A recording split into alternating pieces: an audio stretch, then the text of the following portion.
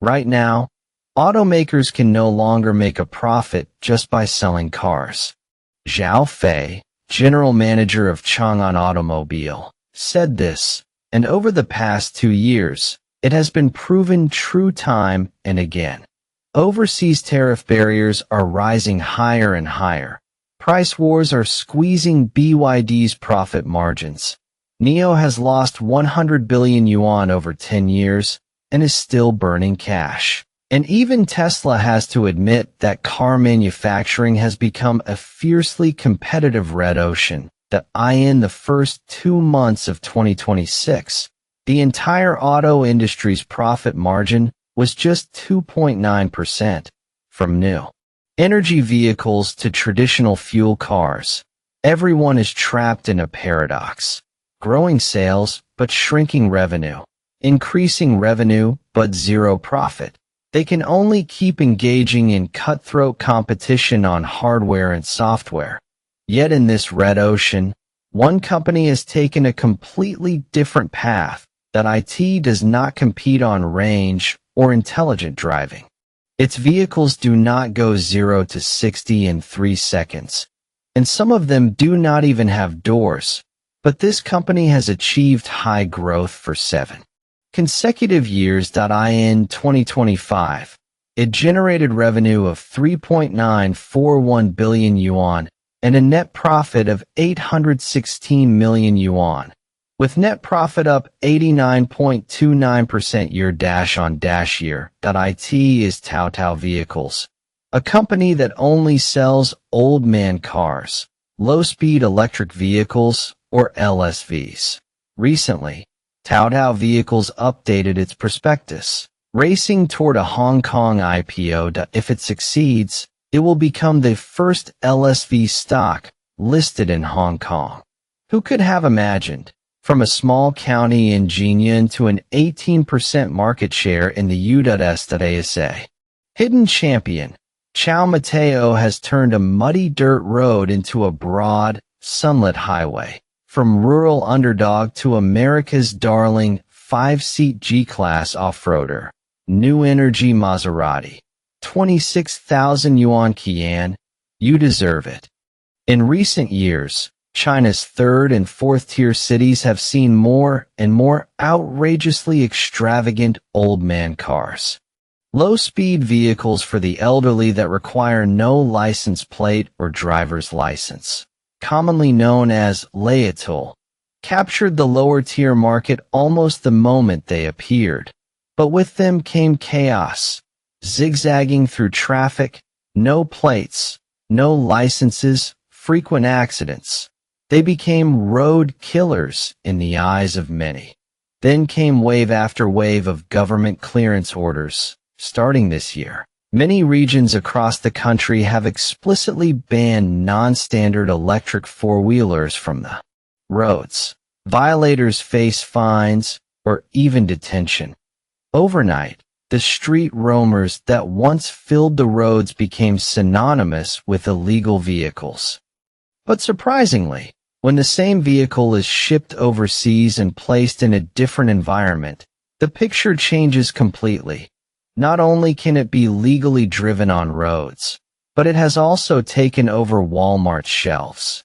Thanks to their luxury car-like looks and low prices, Chinese-made low-speed EVs quickly dominated overseas short-distance outdoor mobility. Unlike their outlaw status at home, these four-wheel low-speed vehicles have a legal and respectable identity abroad. LSV, or low-speed vehicle in Southeast Asia and Africa. Many people convert them into cargo carriers and mobile stalls to make a living. In American communities, middle-class families drive them for family outings and spontaneous city camps. In the southern U.S., bearded men use them instead of pickup trucks to haul goods. The reason the same vehicle has such drastically different fates boils down to different social logic. Under U.S. FMVSS 500, as long as a vehicle is equipped with compliant seat belts, headlights, taillights, and other basic safety devices, It can be legally certified through dealers and driven on roads with a speed limit of 35 miles per hour or below. In Europe, after the EU classified these vehicles into the L6E/L7E low-speed four-wheeler category. Ordinary people do not even need a driver's license as long as they are 14 or 16 years old. They can drive low-speed EVs on the road. As a result, these vehicles have become the first car for many European teenagers. Among these Chinese low-speed EV brands, the best-selling one is Taotao Vehicles, and its main battlefield is the United States. Although the shadows of these vehicles are almost everywhere in China's lower-tier cities, the United States is in fact the world's largest market for four-wheel electric low-speed vehicles. Over 60% of travel demand in the U.S. is concentrated in short trips under 5 miles, in the sparsely populated U.S. Countless community roads, resort loops, golf course paths, and retirement communities are all legal playgrounds for low-speed vehicles. According to Frost & Sullivan, in 2025, Taotao Vehicles held a 10.9% share of the global low-speed EV market, ranking number 1 worldwide, and in the U.S., it captured an 18% market share. You could say that for every 5 low-speed EVs sold in the U.S., 1 comes from Taotao. Who would have thought that this transformation from despised old man car in China to Western darling began as a plaything venture by a third-generation rich heir? A third-gen heir starts a business, playing his way into a new track. Many rich kids love playing with cars, but one who loves playing with low-speed vehicles is truly rare. Cao Matao's script was originally supposed to be a successor's tale. Jinyun County, in the north of Lishui, Zhejiang, has more mountains than land. Historically, it has produced many grassroots merchants who live off the mountains. The Cao family story begins here. Cao Matao's grandfather, Cao Guiqing, the family's first-generation entrepreneur, started with the toughest jobs in the 1970s: poultry trading, stove sales, scraping together the family's first pot of gold in that era. When his father, Cao Yuejin, took over, the Yongwujin hardware industry belt, now worth over 100 billion yuan, was emerging. Cao Yuejin stepped into hardware manufacturing, and the business gradually got on the right track. In 2004, Cao Yuejin founded Taotao Group, named after his son, focusing on security doors, auto and motorcycle parts, and metal casting. It once became a major taxpayer and a flagship enterprise in Jinyun. So Cao Matao was a genuine third-generation rich heir and the only son, which should have made succession unquestionable. But he had his own ideas. He privately said, "Taotao Group's business is too messy. It doesn't fit the future development positioning." But he knew his family had no foundation in car making and could hardly beat the big players, so he decided to focus on nothing else but old man cars. In 2007, Taotao USA was registered in the United States. For the next 8 years, he focused on the North American market, promoting low-speed EVs and accumulating vast channel resources and localization experience. In September 2015, Cao Matao officially returned to China and founded Taotao Vehicles. He was 31 years old. The advantage of a third-generation heir starting a business is clear. You can stand on the shoulders of giants.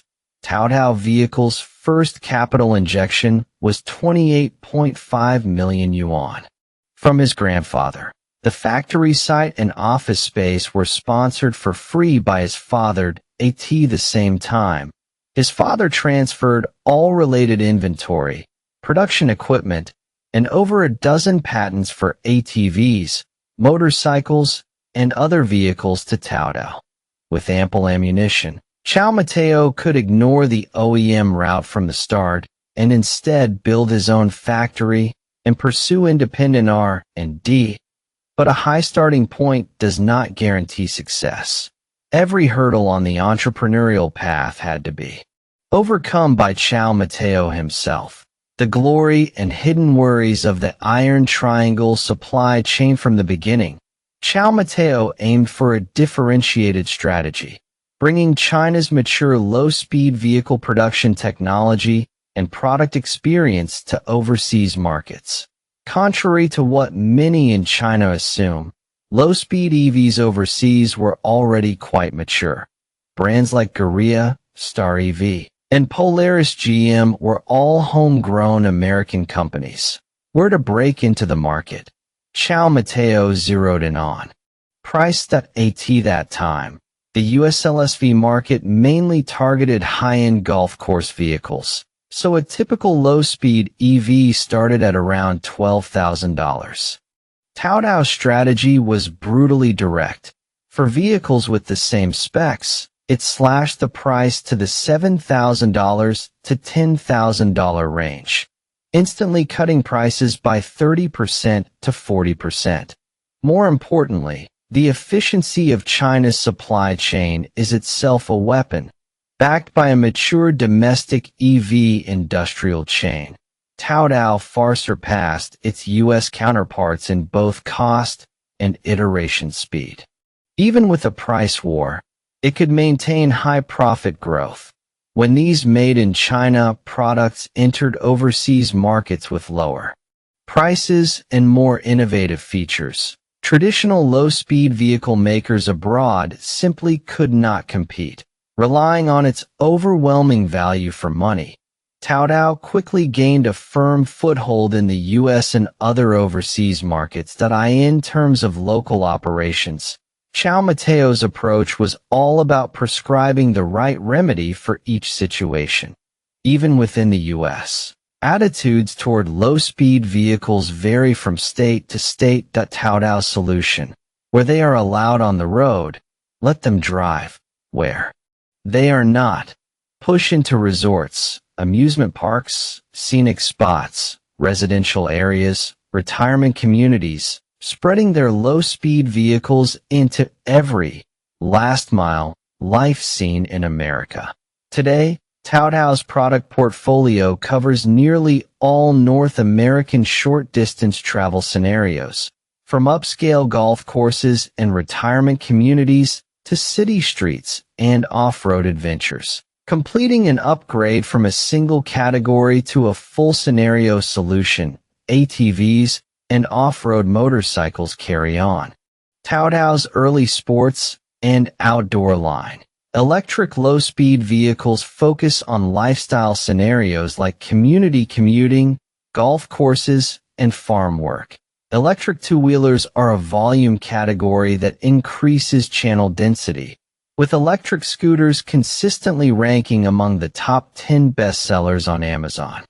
In 2025, Taotao Vehicles secured the #1 spot in both the global and U.S. markets. Its LSV business, with revenue of 1.957 billion yuan and a gross margin exceeding 45%, became the biggest growth engine that year. Beyond price and products, distribution channels were another key factor that allowed Taotao to break out among American brands. Driven by Cao Matao, Taotao now has nearly 800 dealers and is present in over 1,900 stores. It has forged stable partnerships with global retail giants like Walmart, Amazon, and Target, breaking into the top chain supermarket systems. Moreover, it has successfully mastered mainstream e-commerce like Amazon and its own websites, capturing ordinary families' short-distance transport and outdoor leisure needs both online and offline.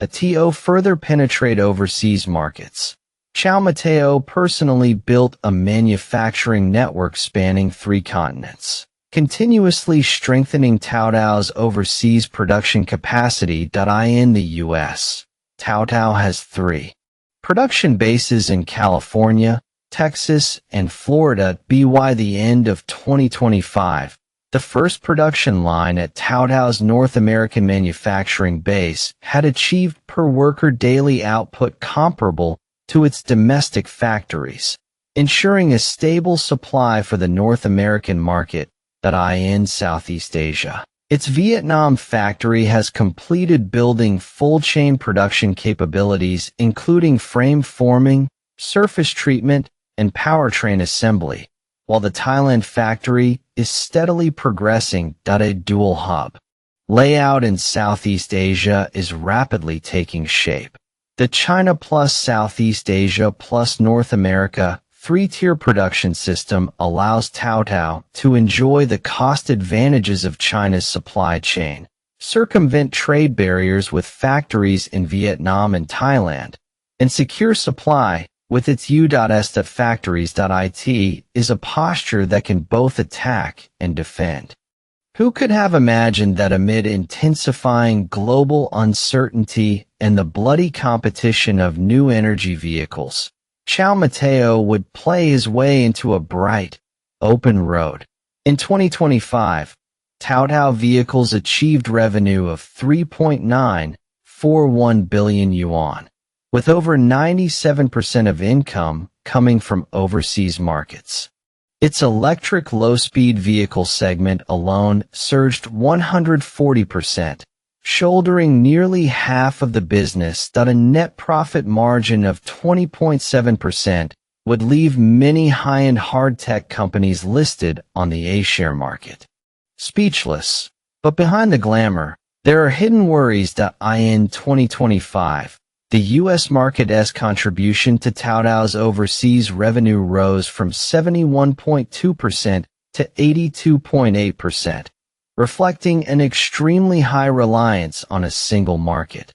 This means the company's profit curve is essentially tightly linked to U.S. channel health, tariffs, and trade policy. Since 2018, multiple rounds of U.S. tariff hikes have already hit ATVs, electric scooters, hoverboards, and other categories if trade friction escalates or tariff policies fluctuate. Taotao will face pressure from both sides. The anti-dumping and countervailing duty variable is the most direct example. In June 2025, after the U.S. Department of Commerce made its final determination on certain low-speed passenger vehicles, the comprehensive tax rate for Taotao was pushed to a staggering 332.18%. The U.S. Customs required Taotao's entities to pay an estimated $9.0189 million in anti-dumping and countervailing duty cash deposits. Although Taotao has filed a lawsuit, the matter is not yet settled. It remains unknown whether the rate can be reduced. But the very fact that the deposits are being recorded is enough to disrupt the company's cash flow. Beyond that, there are similar issues on the product category side. The LSV business is certainly a growth engine, but in 2025, its revenue volume already approached half of the total pie. If U.S. LSV regulatory boundaries tighten or a fiercer price war breaks out, Taotao's high gross margins could easily be eroded. The LSV track is heating up rapidly. Many domestic two-wheeler companies and